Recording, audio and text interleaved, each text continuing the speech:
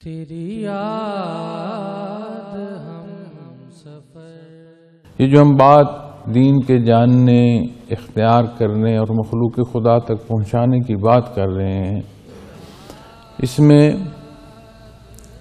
نہ کسی سے کسی کو کوئی تمغہ درکار ہے، نہ کسی کی ذاتی رضا مقصود ہے۔ یہ سارا وہ عمل ہے جو اللہ کریم کی رضا کے لیے ہے، اس کی خوشنودی کے لیے ہے، اس کے حکم کی تعمیل میں ہے۔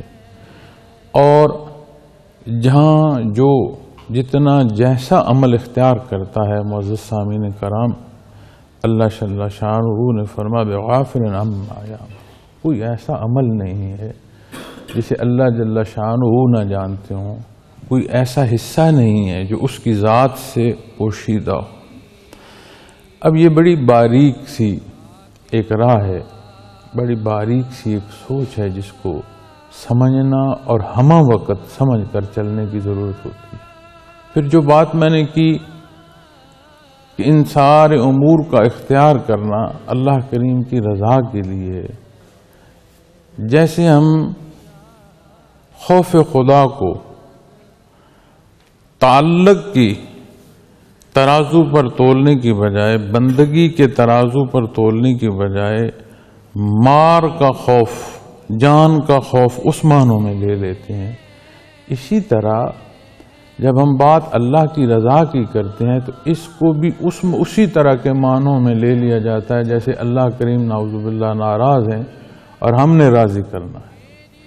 اور یہ وہ باتیں ہیں جو ہم دین کی درس و تدریس سے لے کر عملی محافل میں مابین گفتگو جو ہو رہی ہوتی ہے فریقین کی، اس میں بھی یہ بات سامنے آ رہی ہوتی ہے، اللہ کو راضی کر لو، وہ کریم ہے، غفور الرحیم ہے، مالک کل کائنات ہے، ہم تو اس کی مخلوق۔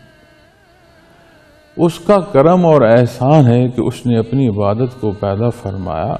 تو جب بات رضا کی آئے گی تو اس سے مراد مقصد تخلیق کی راہ کا اختیار کرنا ہے، اور استفادہ ذاتی ہے۔ اگر آپ غور کریں، دنیا کی زندگی میں جب کسی کو راضی کیا جاتا ہے تو بات اس کے مطلب کی ہوتی ہے، نہ چاہتے ہوئے بھی کسی کے ساتھ محبت کے دو بول بولنا، اس سے کیا مقصد ہوتا ہے کہ اس کی جو کہیں کمی بیشی یا دل آزاری ہے اس کا تدارک ہو اور وہ خوش ہو۔ اسی معنوں میں ہم بندگی کے رشتوں کو رضا کے تحت لے جاتے ہیں کہ اللہ کو راضی کر لو۔ جو کچھ اس نے عطا فرمایا ہے، جو کچھ ہم لے چکے ہیں، اس سارے کا شکرانہ کیا ادا ہو سکتا؟ اور جب ہم بات کرتے ہیں کہ اللہ کو راضی کر لو تو اس سے مراد کیا ہے کہ جیسے کسی کی دل جوئی کے لیے دو بول بولنا کہ وہ راضی ہو جائے، وہ خوش ہو جائے۔ اب وہ خوش کیسے ہوا؟ اس کی مرضی کے بول بولے گئے، ذاتی دل ہے یا نہیں۔ یہاں حقیقت ہے اور بنیادی پہلو کیا ہے کہ استفادہ اس کا ہے جس کی ذمہ داری ہے، فائدہ اس کا ہے۔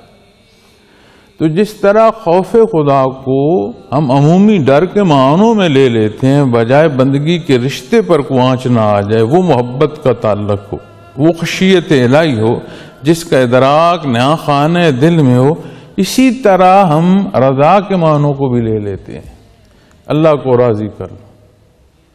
میں ساری زندگی سربسجود گزر جائے، کوئی دوسرا کام نہ کیا جائے، کیا اس کی شان کے مطابق وہ سجدہ ہوگا؟ جو کچھ اس نے عطا فرمایا ہے اس سارے کا بدلہ ہو سکتا ہے؟ تو اسی پہلو کو لیتے ہوئے ہم کمزور لوگ ہیں،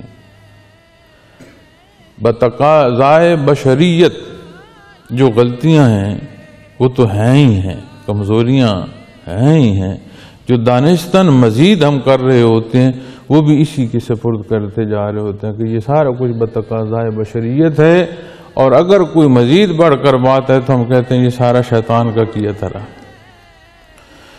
تو اس ادراک کی ضرورت ہے۔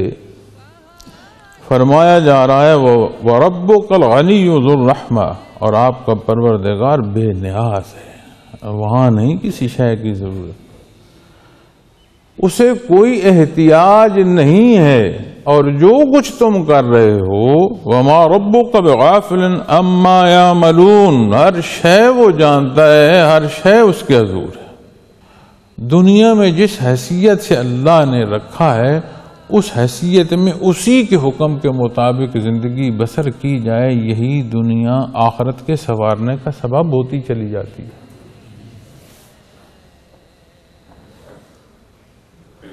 اللہ کریم ہم سب کا یہ جمع ہونا قبول فرمائے۔ اللہ کریم آپ سب کی واپسی آسان فرمائے۔ اللہ کریم اس وبائی مرض سے مخلوق کو نجات عطا فرمائے۔ اللہ کریم اس امت کو اتفاق اور اتحاد عطا فرمائے۔ اللہ کریم اس وطن عزیز میں اس پاکستانی قوم کو اتفاق اور اتحاد عطا فرمائے۔ اللہ کریم ہمیں اپنا کردار ادا کرنے کی توفیق عطا فرمائے اور ہماری غلطیاں کوتاہیاں معاف فرمائے۔ وآخر دعوانا الحمد للہ رب العالمین۔